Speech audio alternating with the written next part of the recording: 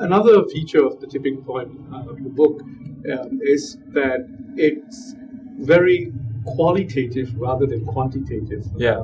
Another author like Freakonomics, for example, the book Freakonomics would have taken the same issues and looked at it from a statistical point of view. And yet you talk about the law of few people rather than the law of large numbers. And you aggregate influences to fewer and fewer factors rather than more and more factors. I mean, would you agree with that assessment? It's interesting to compare my book to Freakonomics, a book, by the way, that I loved and thought was an incredibly useful way of.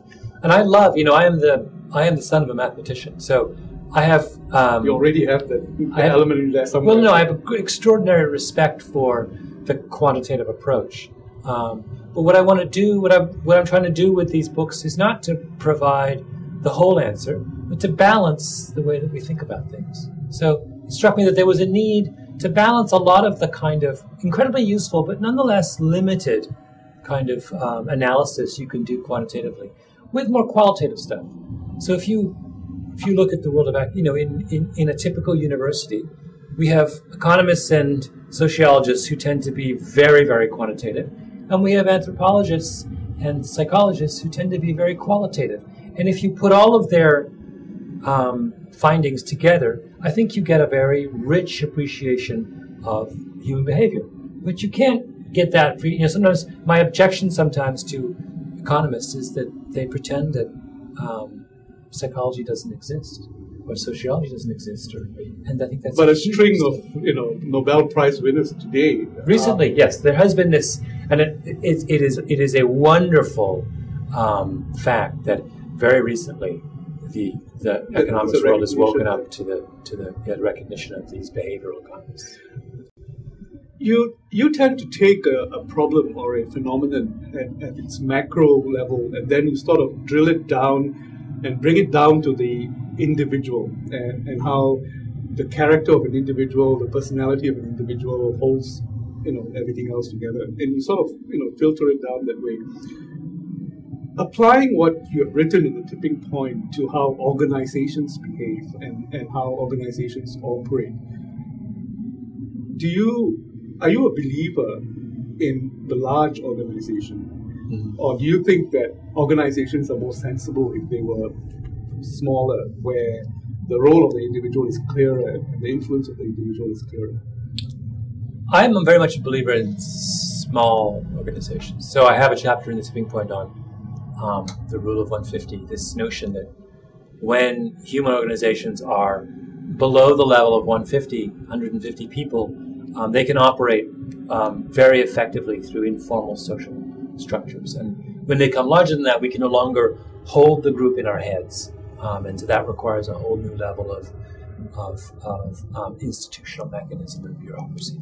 But more generally, the kinds of things, I think that the most powerful drivers of human behavior and wisdom are social in nature. They're the kinds of things that grow out of relatively intimate interactions between people. And those are easier done in small organizations. Well, even if it's 150 or 15,000 or 150,000, as some banks can be globally, the personal accountability, the personality of the individual, takes center stage in a sense. In fact, in your criticism of some of the things that have happened in financial services, you've actually pulled up individuals and wrote very elaborately on greed, on megalomania, and stuff like that.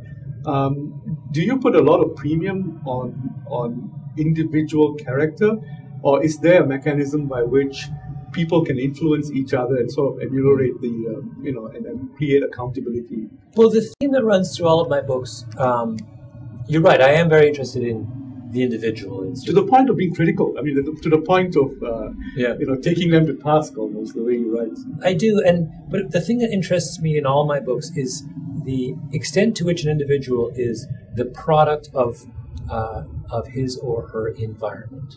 So all of my books are about that, this point at which the person meets their context, their environment, their community, their society, what happens in that interaction.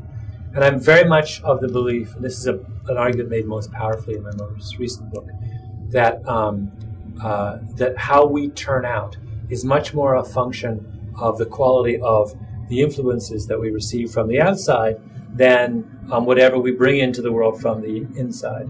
And so in that sense, looking at that, that makes me keenly interested in constructing organizations, institutions, societies that provide the best possible context for individual behavior and growth and wisdom. Well, just applying how you think about things to what's happening in global markets today, as the markets come back, all of the caution that the various large institutions tried to put in place in terms of governance, in terms of risk and reward, compensation structures, they're all going out of the door, out of the window at the moment. Yes, very a short memory, yes.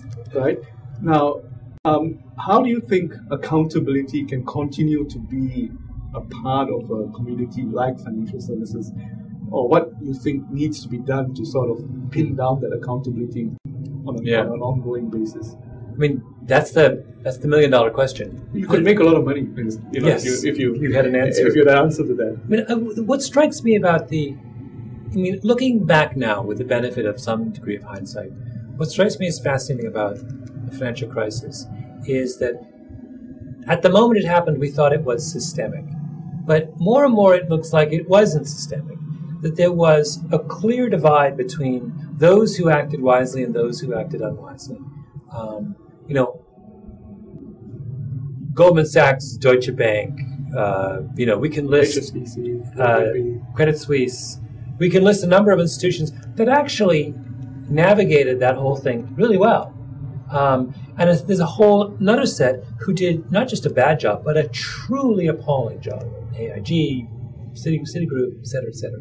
Right? So that says to me, in the beginning we thought that this was this kind of meltdown on a kind of the entire financial community, and that everyone was powerless to stop it. Now we look back and we think, actually, no.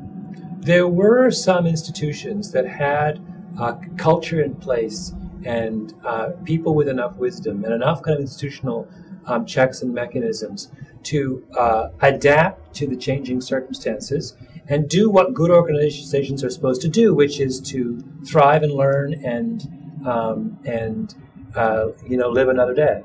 There's another set that were incapable of making that adjustment.